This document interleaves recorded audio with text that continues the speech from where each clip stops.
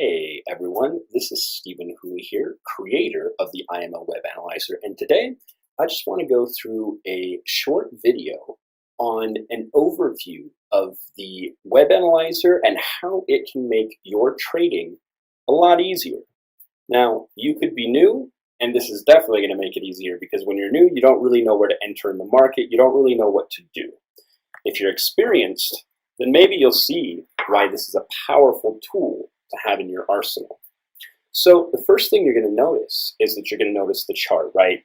Traditional Japanese candlesticks, you've got price levels on the right-hand side for as the candles move. For the newbies who don't really know what that means, this is your price data.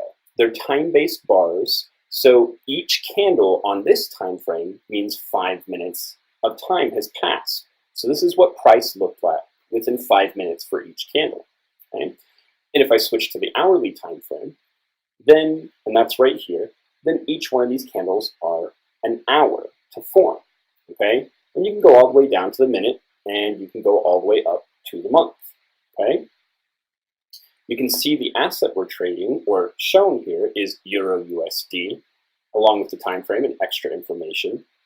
To the left, you'll notice we have some charting tools. Now, we use TradingView's amazing charting API.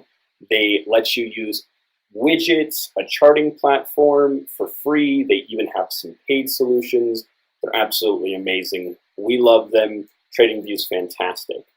Their charting platform is pretty much second to none. And as you can see, we can do a lot with it, right?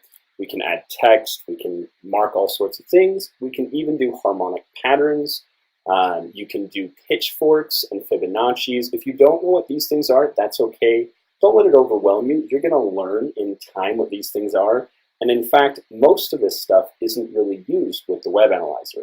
There's a couple of strategies on pitchforks and a couple of strategies with Fibonacci retracements. But most of this other stuff isn't really going to apply. It's just there for your use if and when you choose to learn about it. You'll also notice we have tools right here like long and short position. A lot of users like to use this to try and gauge a buy or a sell. So long would be a buy position and a short would be a sell position, right? So I could use this to calculate the amount of pips, my stop loss, my target, etc. Calculate everything I need to calculate on a trade for a potential trade, right? And you can see the different risk to reward ratios and the amount of pips and everything. These are numbers that you could potentially plug into your MetaTrader 4. Because one thing about the Web Analyzer is you won't actually place trades on the Web Analyzer. You see, iMarkets Live is not a broker-dealer. You don't give any money to iMarkets Live. You would give that to a broker, which iMarkets Live has no affiliation with any broker. So you get to choose whichever broker you like. There's plenty of them out there for Forex. And then you'll place your trades on your MetaTrader 4 either on your desktop or on your phone. You can do both, either or. You can do them at the same time if you really wanted to. Okay, so you'll place your trades, numbers like this, on your MetaTrader 4. Now, not everyone uses this tool, just some people. That's just an example of a feature that you can use. Okay, you'll also notice you've got time down here, and this time is in UTC time. So the chart type is in UTC time, which actually correlates with our setups over here.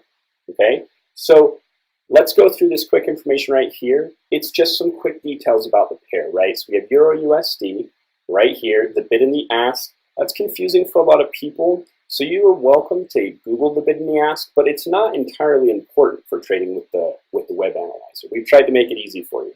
See the days range. This is also isn't really important. It is useful to have these headlines, although you might want to check something like forexfactory.com or check myfxbook.com for what we call red folder or high impact news. That is important for many of the strategies, which I'll go over what strategies mean and how to find them and everything. High impact news can be pretty important for many of our strategies, okay? So like I was saying, the chart's in UTC time, which corresponds with our setups over here. So these are your trading setups.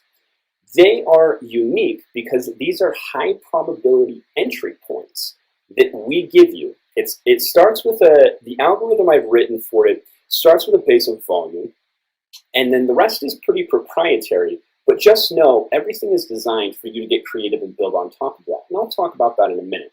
Let's go through the information in the setup, right? We have got a potential buy on Euro GBP on the 5-minute time frame. Now, if I click this, it will actually open up the chart over here. Pretty nifty feature, right? Pretty useful.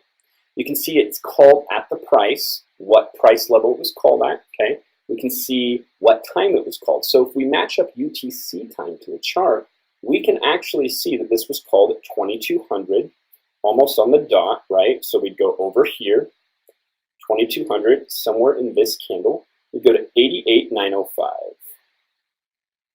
88,905. So down here, the very base of this candle, okay? Now keep in mind, sometimes there's a little tiny bit of difference because the algorithm setups don't take into account of the spread, which the chart data can. Also, the data for the chart is Oanda.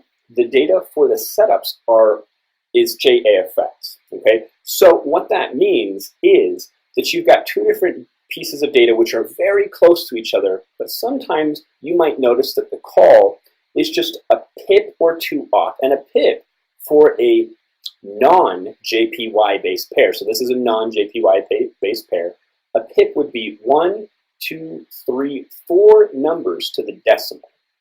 Okay, so when I say it's a couple of pips off sometimes, it's not here. When I say it's a couple of pips off sometimes, just understand that that's normal and it's not something we can beat because Forex is not centralized. Okay, it's not like stocks where there's centralized data, centralized trading exchanges, etc. There's multiple Forex exchanges around the world, multiple banks, prime banks, etc., deciding all sorts of different things, and they all kind of mesh together.